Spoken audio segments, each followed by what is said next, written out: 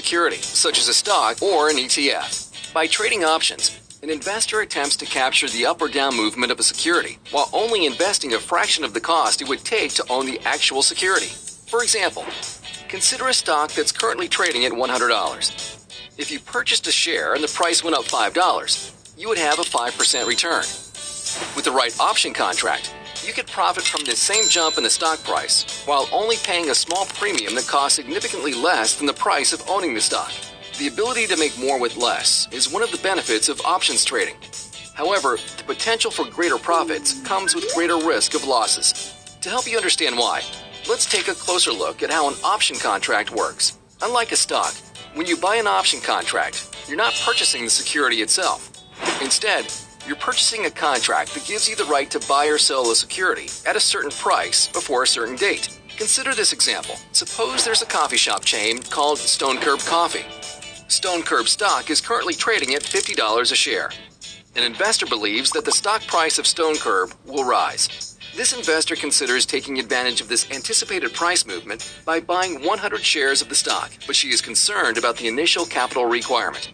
Now, let's assume that there's another investor. He already owns 100 shares of Stone Curb stock and plans to hold on to it for a while.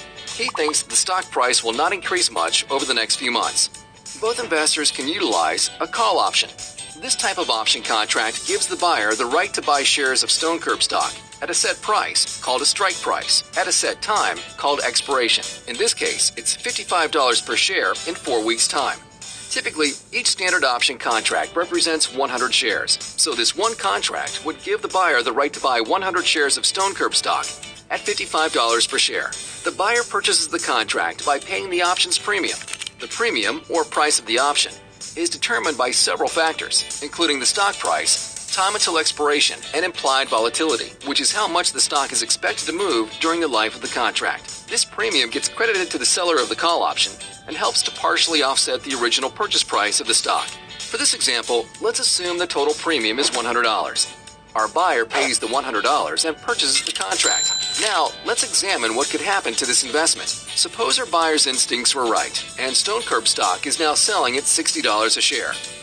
Remember, the call option gives the buyer the right to purchase shares of this stock for $55 a share. The buyer could exercise the call and purchase 100 shares for $55 each, and then sell them at market value for $60 each, making a profit of $5 per share, not including commissions. Because shares of Stone Curb have risen by $5, the buyer's contract is essentially worth $500. If our buyer sold her contract, she could potentially make around $400 in profit, the value of her contract minus the $100 premium she originally paid for it, as well as any commissions and fees. While the buyer's investment paid off, things didn't work out as well for the seller. Although he was able to collect $100 for selling the option, he missed out on a portion of the stock's appreciation because he was obligated to sell his stock at $55 per share. Now, let's rewind. Suppose the stock moved in the opposite direction and is now selling for $45 a share on the last trading day prior to expiration.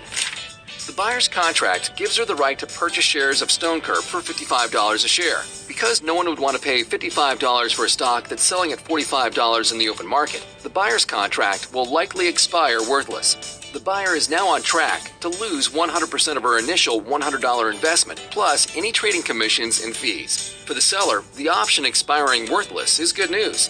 He still owns his shares of stock and made $100 selling the option. Although the value of his shares declined, he was able to keep the option premium, less any commissions and fees for selling the option. Keep in mind that this is a simplified example. The pricing of options is very complex, which is why it's important to educate yourself about options and their risks before you invest. While the biggest change comes from the price of the underlying instrument that the contract represents, there are other forces like time decay and implied volatility that influence options prices. While we showed you one example, options can be used in a variety of ways. There are call options, which we just saw, that can be profitable to own if the price of a stock goes up. And then there are put options, which can be profitable to own if the price of a stock goes down. Calls and puts can also be combined in a variety of ways. By buying and selling these options, investors have the potential to make money when the market moves in any direction and create strategies with a variety of risk levels.